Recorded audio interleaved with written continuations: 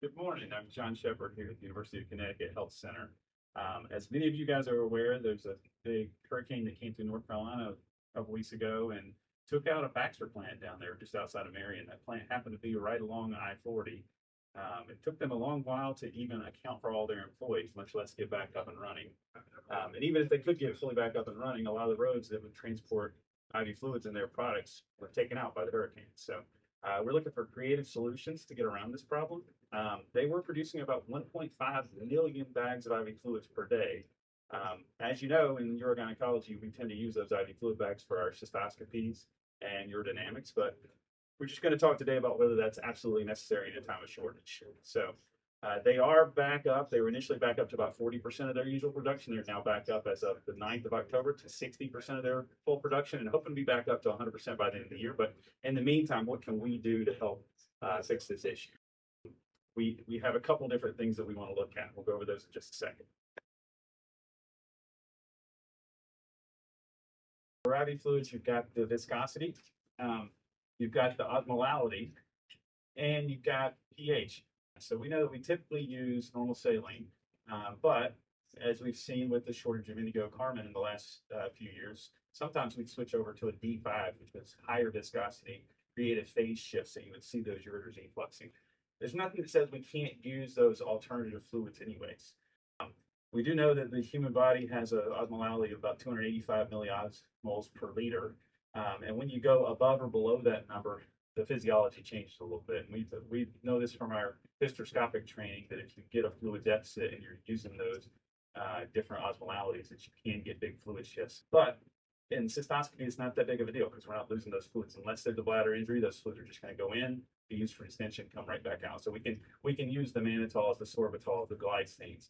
If there's more of those available to avoid the use of the normal saline and sterile water.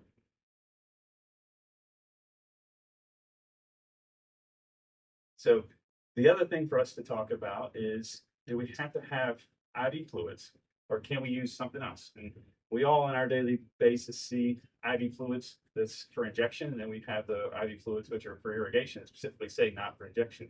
Often wondered what's the difference.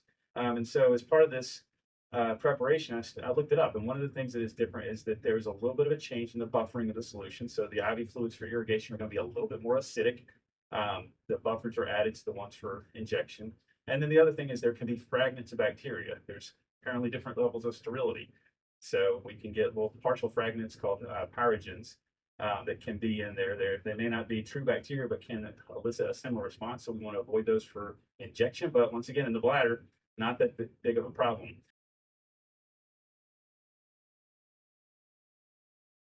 One of the other suggestions we've heard is that we may need for the short term to limit the involvement of our trainees.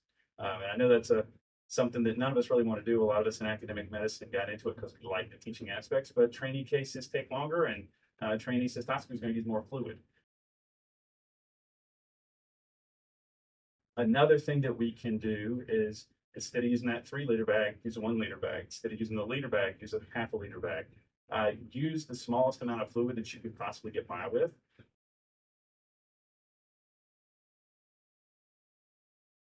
And then the other thing is that those fluid bags are actually sterile. They're connected to a sterile tubing, and use one bag for multiple cases and use fewer that way as well. All right, so we're going to pop into the operating room and show you that actual technique of using that simple cystometrogram technique. We know that the simple cystometrogram, you can use the irrigation water, you can use irrigation saline, and those may be more readily available in your institutions. Hey, it's John here again with Minetta. This is one of our residents helping me out. Pretty simple technique though. You just take a syringe, 70, 100 cc syringe with a catheter tip. You just take the syringe plunger out and toss that to the side, and now it becomes essentially a very useful funnel. We've got our catheter in the bladder already. We're doing the case, so we've got a Foley catheter. You can use the red rubber for this either way. You just connect that syringe this way, and then she's just going to pour this directly in there. I'm going to assume that most of you guys have already done this previously for your cystometrograms. All right, we're coming to the end here, just to save you guys watching this completely fill there. Once you get to the end, if you drop this down, it's going to flow right back out to gravity. So what we'll do is we'll just take the Foley balloon out, keep all that fluid in, and we'll take a look and see how this compares to our usual fill. You can see here as we inserted the cystoscope, we just first pulled back to visualize the urethra. And then as the cystoscope was reinserted, we looked anteriorly. You can see the bubble.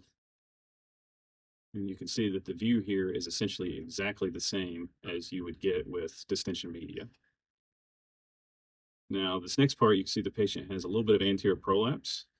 So it's a little bit difficult to view the trigone. So we just inserted an instrument into the vagina to lift up that prolapse. And then we were able to easily visualize the entire bladder once again.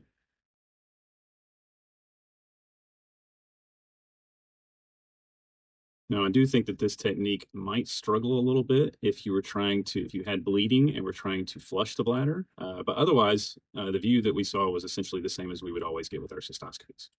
All right, so there you have it. We had a cystoscopic image that was equivalent to any we would have gotten with filling with the IV fluid, and we're saving those IV fluids for other uses. So if you guys have any questions about this, feel free to reach out, but hopefully this is something we may be able to implement in the short term. We'll get that plant back up and running again. Thanks.